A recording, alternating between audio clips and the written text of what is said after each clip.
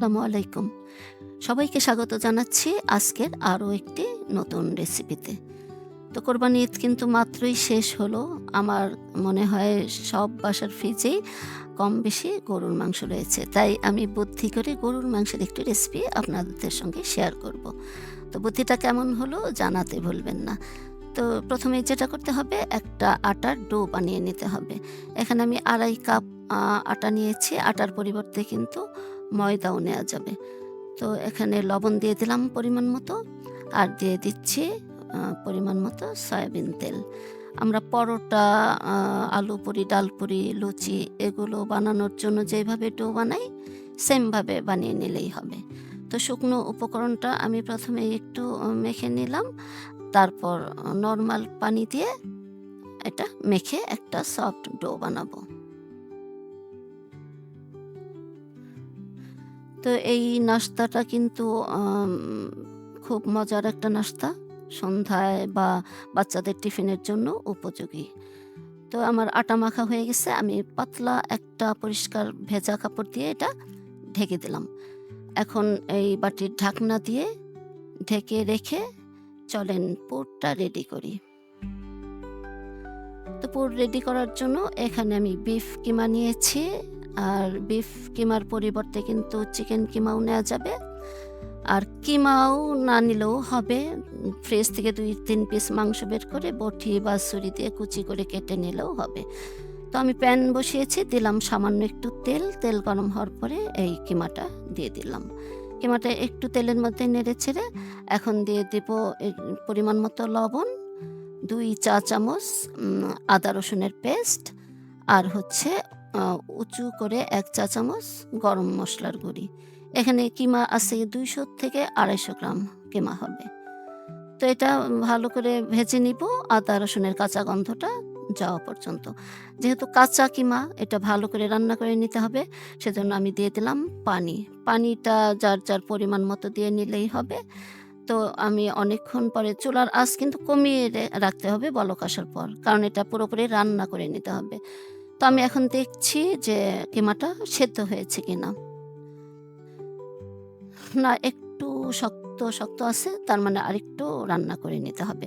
প্রয়োজনে কিন্তু এ অবস্থায় আরো পানি দেওয়া যাবে।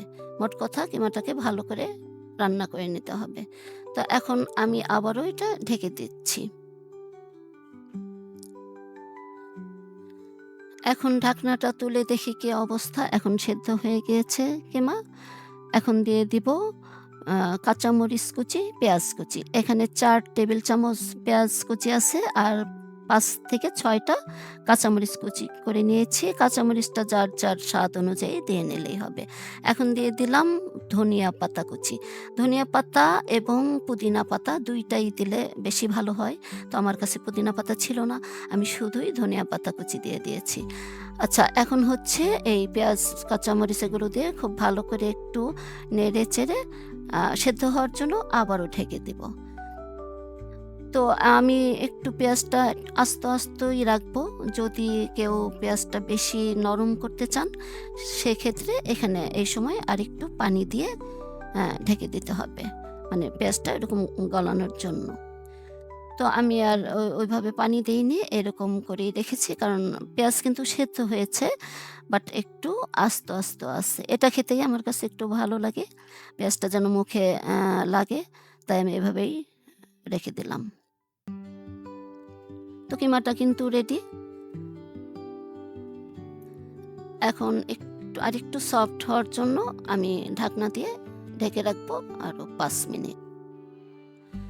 তো চলেন দেখি এই আটার ডোটার কি খবর। তো এই যে আমি দেখে নিচ্ছি, এই কাপড়টা তুলে নিলাম। বাহ! সুন্দর একটা সফট ডো হয়েছে। তো এই আটাটা হচ্ছে কিমা রেডি হওয়ার পুর রেডি হওয়ার আগ পর্যন্ত যতটুকু অ্যাক্টিভ থাকে। তো আমি ছোট করে অ্যা বল বানিয়ে নিয়েছি। এরকম ছোট করে না বানালেও হবে, বড় রুটি বানিয়েও যেকোনো আ কৌটার মুখা দিয়ে কেটে নিলেও হবে। তো পুরটাও আমি বাটিতে বেড়ে নিয়েছি।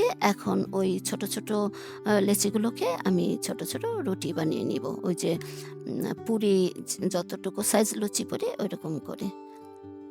তো অনেকেই ছোট রুটি বেলতে সমস্যা হয়, তারা কিন্তু বড় রুটি বেলে এই মুখার বিভিন্ন বয়ামের মুখা দিয়ে, যেকোনো একটা বয়ামের মুখা দিয়ে কেটে নিলেই হবে। তো আমি কিন্তু এভাবেই রুটি বানিয়ে নিয়েছি। এই যে এইরকম হয়েছে। একদম পাতলা করা যাবে না, আবার মোটাও রাখা যাবে না। তো এখন এটার মধ্যে আমি পুর দিয়ে দিচ্ছি। পুর পরিমাণ মতো আমি এখানে ১.৫ চা চামচের মতো দিয়ে দিলাম। পুরটা দিয়ে সুন্দর করে এরকম করে এখন দেখেন আমি কিভাবে করছি। উপরে আরেকটা রুটি বসিয়ে দেব। খুবই সহজ। এই যে এরকম করে এখন চতুর্দিকটা এখন চেপে, চেপে সিল করে নিব, যেন আ পুরটা বের না হইতে পারে। ভালোভাবে আটকিয়ে নিচ্ছি। এই যে এভাবেই করে চতুর্দিকটা আমি এরকম চেপে, চেপে আটকিয়ে দিলাম। এখন হচ্ছে সাইডটা একটু এভাবে মুড়িয়ে, মুড়িয়ে ডিজাইন করে নিব। এটা কিন্তু কাঁটা চামচ দিয়েও সাইড চেপে, চেপে ডিজাইন করা যাবে, বা এভাবে যেকোনো ডিজাইন করে নিলেই হবে যার, যার পছন্দ মতো।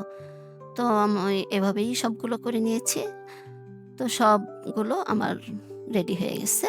এখন চলেন ভেজে দেখাই। তো চুলায় আমি আগে থেকে তেল বসিয়েছি, কারণ তেলটা একটু ভাজার জন্য বেশি লাগবে। তো তেল গরম হওয়ার পর দিয়ে দিলাম ওই নাস্তাগুলো, দিয়ে দিচ্ছি ৩টা করে আমি ভেজে নেব। তো এই ৩টা দিলাম। এখন আমি সুন্দর একটা গোল্ডেন কালার হওয়া পর্যন্ত ভাজবো।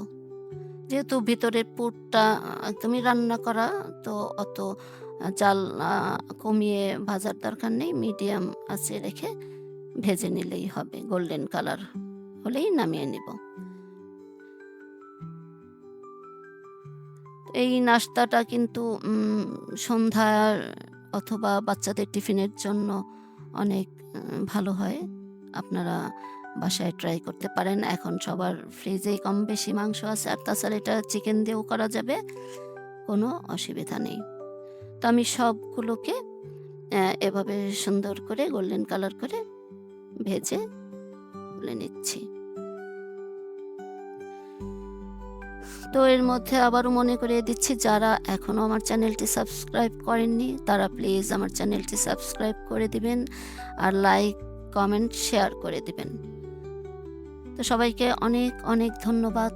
আবারও খুব তাড়াতাড়ি আসবো নতুন আরও কোনো রেসিপি নিয়ে। তো সে পর্যন্ত সবাই ভালো থাকবেন। সবাইকে আল্লাহ হাফেজ। আসসালামু আলাইকুম।